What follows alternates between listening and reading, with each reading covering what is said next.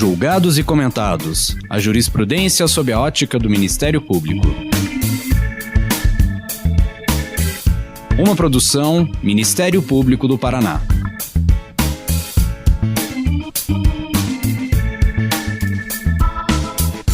Olá, sejam bem-vindos ao Julgados e Comentados, um podcast para a gente falar de jurisprudência sob a ótica do Ministério Público. Eu sou Eduardo Cambi, promotor de justiça do Ministério Público do Paraná, e hoje vou conversar com meu colega, o promotor de justiça André Glitz. André, obrigado pela presença. Conta um pouco pra gente sobre você e a sua atuação no Ministério Público. Oi, Eduardo. Olá, ouvintes. Bom, meu nome é André Glitz, eu sou promotor de justiça há 17 anos, atualmente presidente da Associação Paranaense do Ministério Público, mas sempre atuei na minha carreira de promotor de justiça, principalmente na área criminal. Atuei no GAECO durante quase 5 anos, no Centro de Apoio Criminal, no GAESP, e tenho mestrado na área de processo penal e de investigação criminal pela Universidade de Colômbia. Então, uma satisfação muito grande estar aqui hoje conversando com vocês sobre esse julgado interessante aí por parte do Supremo Tribunal Federal. Então, hoje vamos conversar sobre uma decisão do ministro Dias Toffoli, que, atendendo a um pedido do senador Flávio Bolsonaro, suspendeu as investigações criminais baseadas em dados fiscais e bancários compartilhados pela Receita Federal, pelo Banco Central e pelo COAF, o Conselho de Controle de Atividades Financeiras, com o Ministério Público, isto sem autorização judicial. A decisão ainda é liminar, foi dada em 15 de julho de 2019 e afetou diversos procedimentos de investigação e ações penais em curso em todo o país. André, conta para nós como é que foi essa decisão, que contexto ela abrangeu e aquilo que tem de mais importante nela. Bom, essa decisão ela foi tomada no âmbito de um recurso extraordinário por parte do Ministério Público Federal, com base numa ação penal na qual houve a condenação de réus pela prática de sonegação fiscal. Então, essas pessoas foram condenadas por sonegação de tributos, por sonegação fiscal, e houve um recurso das defesas ao Tribunal Regional Federal da Terceira Região. Um dos argumentos desse recurso era que o Ministério Público tinha obtido informações da Receita Federal sem prévia autorização judicial e que isso, portanto, tornaria nulo todo o processo, toda a ação penal. O TRF da Terceira Região acolheu esse argumento da defesa e anulou o processo, desde o recebimento da denúncia. O Ministério Público Federal, então, interpôs recurso extraordinário ao Supremo Tribunal Federal, sustentando a violação de dispositivos constitucionais e dispositivos legais, principalmente o Código Tributário Nacional e a Lei Complementar 105 de 2001, e nesse recurso extraordinário, portanto, ajuizado pelo Ministério Público Federal, foi reconhecido em 12 de abril de 2018 a repercussão geral. O que isso significa? Que, naquele caso específico, esse tema envolvendo o compartilhamento de dados das instituições bancárias com a Receita Federal e da Receita Federal com o Ministério Público, se tratava de uma matéria passível de repetição em inúmeros outros casos criminais, investigações e processos penais no Brasil inteiro, e, portanto, havia um interesse público que justificava a repercussão geral nesse caso e o seu julgamento por parte do plenário do Supremo Tribunal Federal. Esse julgamento, em abril de 2018, foi pautado para novembro desse ano de 2019. Entretanto, enquanto se aguardava o julgamento do mérito dessa questão nesse recurso extraordinário, em 15 de julho de 2019, o senador Flávio Bolsonaro apresentou uma petição avulsa nesse recurso extraordinário, alegando que ele estava sendo investigado pelo Ministério Público do Estado do Rio de Janeiro numa situação similar àquela discutida no recurso extraordinário, e que no caso dele havia sido compartilhado por parte do COAF relatórios de inteligência financeira com dados bancários e fiscais dele, remontando a mais de 10 anos, sem autorização judicial, pedindo, portanto, que o presidente do Supremo Tribunal Federal, o ministro Dias Toffoli, suspendesse a investigação em relação a ele, Flávio Bolsonaro. No mesmo dia, 15 de julho de 2019, desse ano, o ministro acolheu esse pedido e entregou mais do que, inclusive, foi requerido pelo próprio senador, paralisando todas as investigações criminais e ações penais no Brasil que tratem de compartilhamento de dados entre Receita Federal, Banco Central e COAF com o Ministério Público, determinando a suspensão de todos esses processos e essas investigações no país inteiro. Veja que, nesse teu relato, pelo menos 2 direitos fundamentais entram em colisão. Primeiro, o direito do Estado investigar supostos crimes cometidos seja na área fiscal, seja em outras áreas. E, de outro lado, o direito ao sigilo bancário, que é uma dimensão, ou a dimensão econômica, do direito à privacidade. Como harmonizar esses 2 direitos, já que não existe um direito fundamental absoluto? Exatamente, não existe um direito fundamental de natureza absoluta. Todos eles são passíveis de relativização ou de ponderação, seja pelo intérprete, ao aplicar a norma, a regra ou o princípio, seja pelo próprio legislador. E no caso, o próprio legislador, amparado em dispositivos constitucionais, ele já relativizou esse direito à privacidade, esse direito à intimidade. E relativizou, primeiro, no âmbito da Lei Complementar 105 de 2001, quando autoriza que a Receita Federal receba dados bancários e inicie investigações por sonegação fiscal, que, uma vez concluídas, podem e devem ser compartilhadas com o Ministério Público para fins de persecução penal. Então, esse é um tema que o legislador já tratou na legislação infraconstitucional, já relativizando o direito à privacidade em relação aos dados bancários. Ou seja, os bancos podem comunicar a Receita e devem comunicar a Receita, e a Receita pode e deve comunicar ao Ministério Público sem autorização judicial. Por que isso acontece na prática? Digamos que você seja um contribuinte que faça sua declaração anual de imposto de renda, como todos os brasileiros fazem, e que você declare num determinado ano que você teve renda total naquele ano base anterior de R$100 mil. Você apresenta essa declaração à Receita Federal. A Receita precisa checar essa informação com outras bases de dados. E uma base de dados que a Receita utiliza para checar essas informações são as bases de dados bancárias. Então, digamos que você tenha apresentado à Receita Federal uma renda auferida de R$100 mil, mas as suas movimentações bancárias indiquem que você, na verdade, recebeu R$5 milhões nas contas bancárias da sua titularidade. Há uma incompatibilidade entre o que você declarou e o que entrou nas suas contas bancárias. Isso é fundamental para que a Receita, fazendo esses cruzamentos, possa apurar uma eventual sonegação fiscal da tua parte. Isso acontece, esse compartilhamento de dados sigilosos, em todos os países do mundo, praticamente, a fim de que o Estado possa dar conta da sua missão de arrecadar tributos, e criando um sistema preventivo e repressivo à sonegação fiscal. Tá? Além dessa relativização, portanto, no âmbito fiscal da Lei Complementar 105, existe também uma regulamentação em relação à lavagem de dinheiro. É uma regulamentação diferente, que também relativiza esse direito e prevista numa outra lei, a Lei 9.613 de 1998, que estabelece um sistema preventivo e repressivo à lavagem de dinheiro. E lá no seu artigo 15 dessa lei, determina que a Unidade de Inteligência Financeira Brasileira, o chamado COAF, compartilhe com os órgãos de controle e os órgãos de persecução penal informações de inteligência financeira para fins de persecução penal quando existam indícios da prática de crime de lavagem de dinheiro ou outros crimes relacionados à lavagem de dinheiro. Então veja que essa relativização do direito fundamental, ela já foi operada no sistema brasileiro por parte do legislador ordinário. Veja, são 2 leis, como você bem coloca. O Supremo Tribunal Federal já disse que é constitucional o artigo 5º e o artigo 6º da Lei Complementar 105 de 2001, que autoriza os auditores da Receita Federal a olhar as nossas contas sem autorização judicial.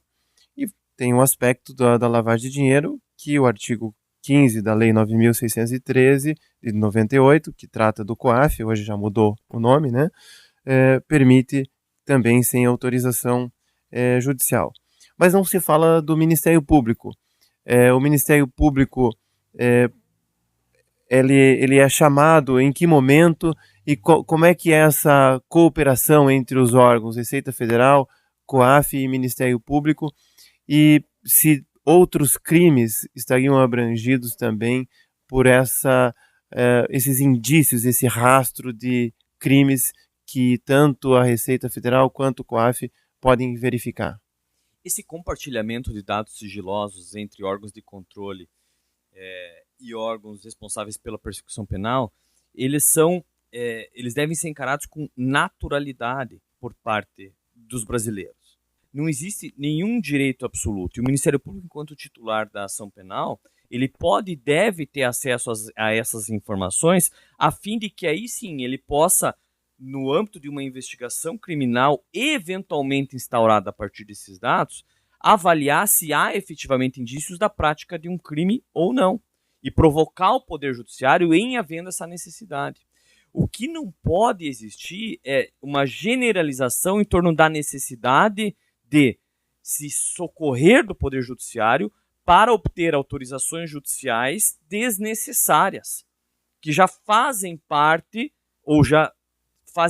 da estruturação do sistema preventivo no âmbito da sonegação fiscal e no âmbito da lavagem de dinheiro. Veja bem, se o nosso legislador já autoriza que tanto Receita quanto COAF obtenham dados bancários e compartilhem com os órgãos de controle e com os órgãos da persecução penal, e eles já possam utilizar esses dados no âmbito da sua atividade administrativa, não há sentido em obstar que o Ministério Público possa utilizar esses dados no âmbito da persecução penal, que embora sim possa ter uma sanção mais grave, mais significativa, com inclusive possibilidade de pena privativa de liberdade, existe todo um instrumento de garantias diferenciado àquele que existe no processo administrativo, que é o processo penal. Tá certo? Então o fato só de o Ministério Público receber esses dados não deve ser encarado com naturalidade. O que nós estamos tratando aqui é de compartilhamento de dados sigilosos para fins de eventualmente se deflagrar uma investigação. Nem sempre esses dados recebidos pelo Ministério Público da Receita ou do COAF vão dar ensejo a uma investigação criminal. Pode ser que, ao receber esses relatórios, o promotor de justiça, o procurador da República, tenha que sim dar um passo adiante e buscar outras medidas judiciais, seria assim? Podem ser que... Vamos dar um exemplo para ficar mais fácil. As instituições bancárias têm que comunicar ao COAF dois tipos de operações financeiras. Operações em espécie e operações suspeitas. As operações em espécie que os bancos comunicam, elas têm um parâmetro objetivo fixado numa regulamentação por parte do Banco Central. Ou seja, elas dizem respeito a operações com base em determinados valores. Se depositam na sua conta, Eduardo, R$1 milhão em dinheiro, o banco vai comunicar o COAF. E o COAF vai comunicar ao Ministério Público.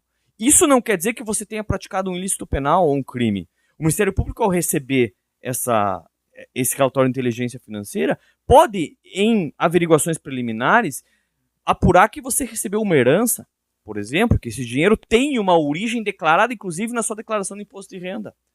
Tá? Agora, as operações suspeitas que são comunicadas, elas já são objeto de um tratamento diferenciado por parte do COAF e de comunicação diferenciada por parte do banco. O banco, as instituições financeiras, têm o dever de conhecer os seus clientes. Né? Então, se existem movimentações atípicas por parte daquele cliente, seja em relação à renda declarada por ele no seu cadastro, seja em relação a movimentações na conta dele que indicam tipologias de lavagem de dinheiro, como, por exemplo, depósitos fracionados em pequenos valores que somados caracterizam um grande valor. Né? O banco vai fazer essa análise e caracterizar essa informação, essas operações como suspeitas, e aí comunicar ao COAF que sim, vai realizar uma segunda análise, agregando outros dados, outras informações a essas informações bancárias, e aí sim elaborando um relatório de inteligência financeira e sendo encaminhado para o Ministério Público, que pode optar pela instauração de uma investigação criminal com base nesse documento. E aí, em havendo necessidade, requerer ao Poder Judiciário um afastamento de sigilo bancário, um afastamento de sigilo fiscal ou qualquer outra medida cautelar. Veja, o Ministério Público no Brasil é o titular da ação penal pública, ou seja, a maior parte dos crimes, quem pode mover o Poder Judiciário, quem pode buscar a responsabilização criminal é o Ministério Público. Então a pergunta é a seguinte: como é que fica a responsabilização desses crimes se essas informações não chegam ao Ministério Público? Uma vez mantida essa decisão liminar do ministro Toffoli, como fica o combate à corrupção, aos crimes de lavagem de dinheiro, ao terrorismo e outros crimes associados? É ótima a pergunta, porque ela nos propicia responder, apresentar algumas consequências práticas da decisão. Primeiro, já houve a suspensão de várias ações penais e investigações no Brasil inteiro que tenham relação com essa troca de informações entre Receita, COAF e Ministério Público. Em segundo lugar, no mês de agosto, o COAF já reduziu em cerca de 82% o volume de relatórios de inteligência financeira que ele tinha produzido mensalmente nos meses anteriores. Então, a atividade de prevenção e combate à lavagem de dinheiro já foi afetada no Brasil. E a lavagem de dinheiro ela está sempre relacionada a outros crimes. A lavagem de dinheiro é um crime acessório, né? Ela está sempre se lavando o dinheiro da corrupção, ou se lavando o dinheiro do tráfico de drogas, ou se lavando o dinheiro da prática de terrorismo. O Brasil ele é signatário de uma série de convenções e tratados internacionais a respeito dessa matéria, né? A Convenção contra o Tráfico de Drogas, chamada Convenção de Viena, a Convenção contra a Corrupção, chamada Convenção de Mérida, a Convenção contra o Crime Organizado, chamada Convenção de Palermo, que obrigam o Brasil a adotar determinadas medidas legislativas e institucionais ao enfrentamento dessa criminalidade. Além disso, o Brasil ele é membro da Organização das Nações Unidas e membro do GAFI, que é um organismo transnacional formado por vários estados que estabelece políticas anti-lavagem de dinheiro no âmbito mundial. Ao assumir todos esses compromissos internacionais, o Brasil tem o dever de cumprir com as chamadas 40 recomendações do GAFI. Uma dessas 40 recomendações é a recomendação número 29, que diz respeito justamente às unidades de inteligência financeira, ao nosso COAF, né? E diz o seguinte, que as unidades de inteligência financeira elas devem estar preparadas e a regulamentação legal do país deve propiciar a disseminação das informações por parte dessas unidades aos órgãos de controle e aos órgãos de persecução penal. No âmbito da decisão do Supremo hoje, o Brasil estaria descumprindo, portanto, as recomendações do GAFI, especificamente a recomendação 29, e em janeiro de 2020, o GAFI virá ao Brasil para reavaliar o nosso sistema interno anti-lavagem de dinheiro. Corremos o risco, portanto, se essa decisão vier a ser confirmada pelo plenário do Supremo Tribunal Federal, se espera que isso aconteça ainda esse ano, em janeiro de 2020, de sermos rebaixados. E isso pode trazer consequências econômicas e políticas muito graves para o Brasil. André, vamos fazer o nosso intervalo aqui, mas nós já voltamos.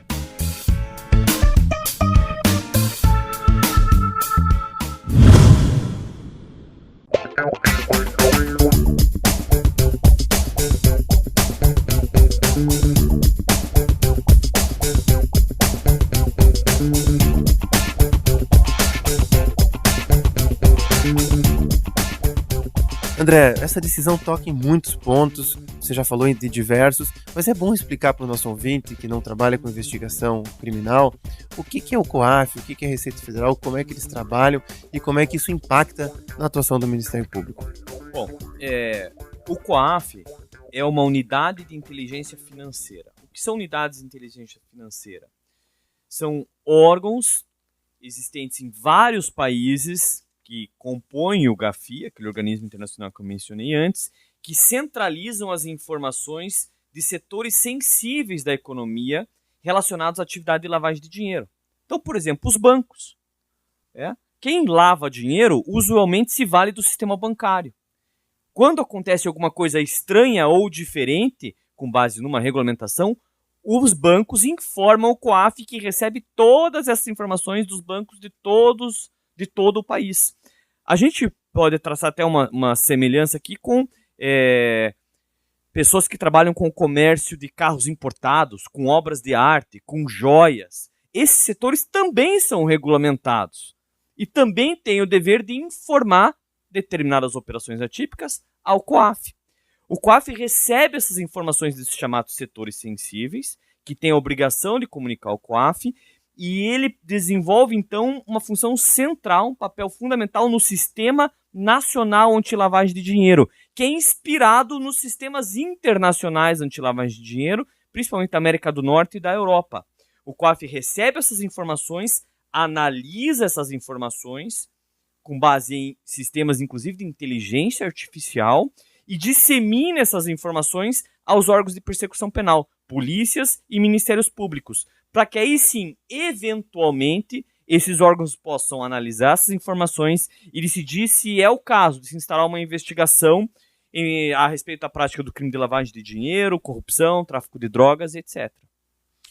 André, veja, você falou do GAFI, falou do COAF, né? O GAFI, esse Grupo de Ação Financeira Internacional, ele foi criado em 1989, já faz 30 anos. A lei que você fez menção do COAF é de 1998, faz 21 anos que funciona desse jeito, né? Ou seja, esse padrão de uma comunicação rápida e direta entre as unidades como o COAF e os órgãos de persecução penal já existem há muito tempo no Brasil e é um padrão mundial. Por que agora vir o Supremo e alterar uma jurisprudência que já estava pacífica, no sentido de que o Ministério Público poderia receber essas informações tanto da Receita Federal quanto do COAF? Você tirou as palavras da minha boca, né? Já fazem 20 anos que nós temos a lei de lavagem de dinheiro no Brasil, pouco mais de 20 anos. Esse modus operandi, ele se tornou de conhecimento público a partir da Operação Lava Jato. Né? Poucas pessoas que não são da área jurídica, que não lidam com investigação criminal, tinham conhecimento da existência do COAF, sabiam do que se tratava o COAF e passaram a se familiarizar com o COAF, né, no jornal, nas notícias, na internet. Então a Lava Jato ela propiciou essa disseminação dessa informação. A verdade é que me parece que há uma espécie de reação por parte de determinados setores do Estado brasileiro que foram, direta ou indiretamente, atingidos pelas investigações da Operação Lava Jato e de outras investigações que adotaram o mesmo modus operandi, se utilizando dessas informações do COAF, que a Operação Lava Jato utilizou, contra esse tipo de trabalho, argumentando de forma genérica que isso consistiria numa violação à intimidade. Como nós já falamos aqui, há uma regulamentação infralegal em torno desse tema que já relativizou esse direito. E o que chama mais atenção é que o próprio STF, em vários casos conhecidos, já havia acolhido a utilização de relatórios de inteligência financeira do COAF e nunca tinha discutido a sua invalidade ou a anulação desses processos penais em razão da sua utilização. Quer saber de um caso bem famoso que se utilizou do relatório de inteligência financeira? Você vai lembrar, todo mundo conhece, o caso do Mensalão. No caso do Mensalão, houve menção expressa a RIFs do COAF que identificava a prática do chamado smurfing, aqueles depósitos fracionados de dinheiro. E ninguém falou disso na época do Mensalão. O próprio STF não invalidou a investigação ou ação penal do Mensalão, que correu no próprio STF, em razão da utilização de relatórios do COAF.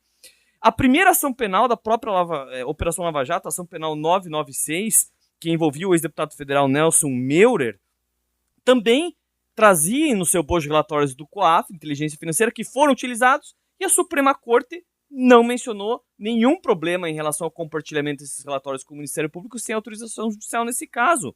A própria ação penal 1030 do ex-ministro Gedel Vieira Lima cita no corpo da denúncia oferecida contra o ex-ministro Gedel relatórios de inteligência financeira do COAF. E o Supremo nada disse em relação a isso.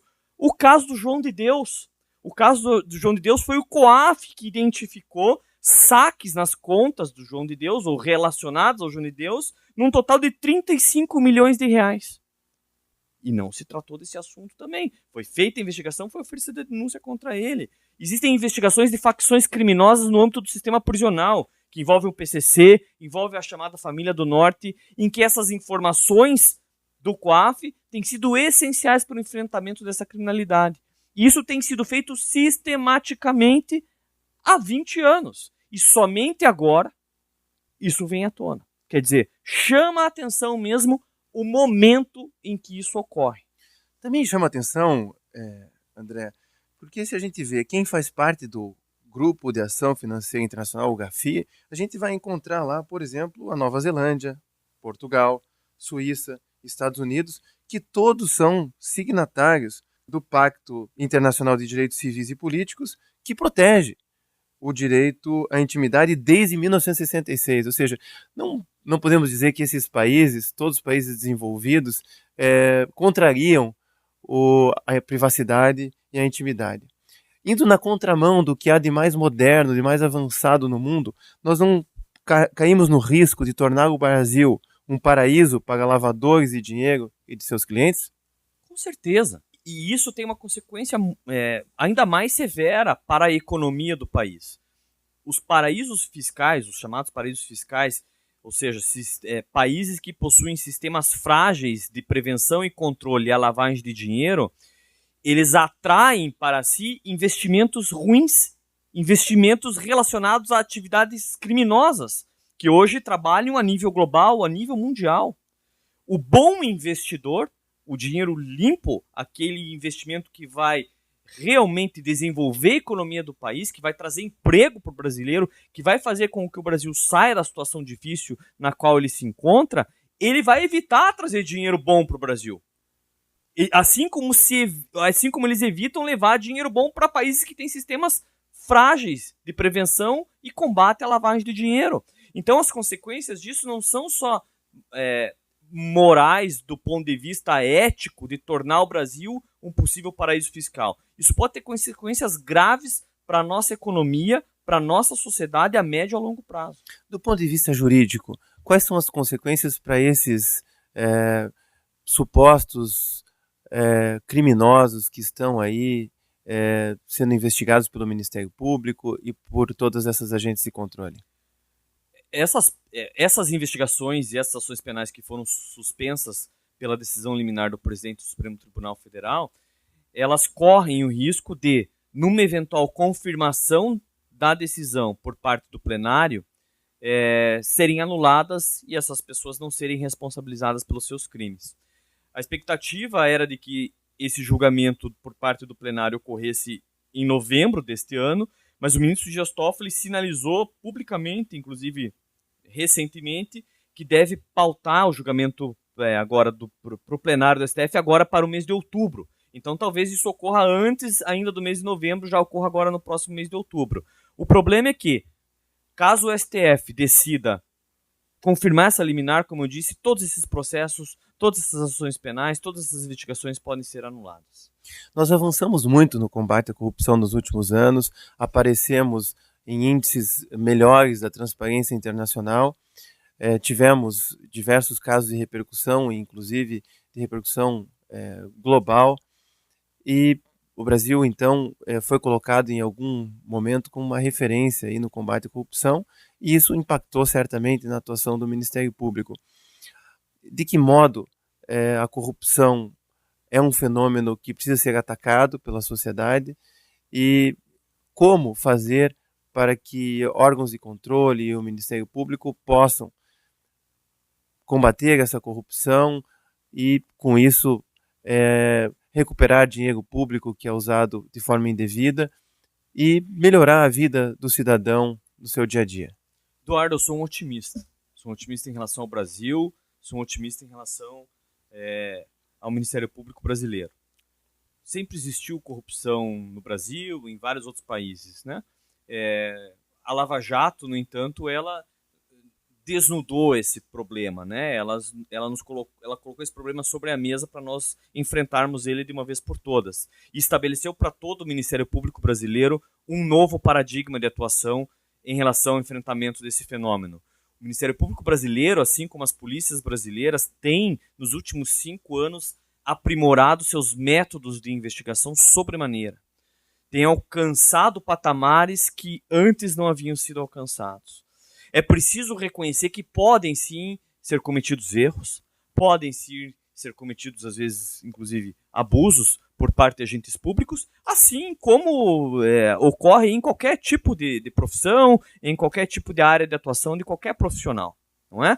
Esses abusos, esses erros, eles devem ser enfrentados pontualmente, devem ser enfrentados por via de mecanismos de controle interno e externo às instituições. O que não se pode admitir é que esses avanços, que são avanços civilizatórios para o Brasil, emancipatórios para o cidadão brasileiro, sejam agora limitados ou sejam colocados como um empecilho ao desenvolvimento do próprio país, ou seja, uma inversão de valores. Nós temos que continuar caminhando nesse sentido. E eu acredito que essa decisão ela está equivocada, que ela constitui um retrocesso, e acredito muito que o plenário do STF não irá referendar essa decisão quando for apreciar a situação em outubro ou em novembro desse ano de 2019. André, por último, você que é presidente da Associação dos Membros do Ministério Público aqui do Paraná, uma pessoa super atuante, há também uma grande tentativa de criminalização da atuação do Ministério Público, dos agentes fiscais, dos órgãos de controle.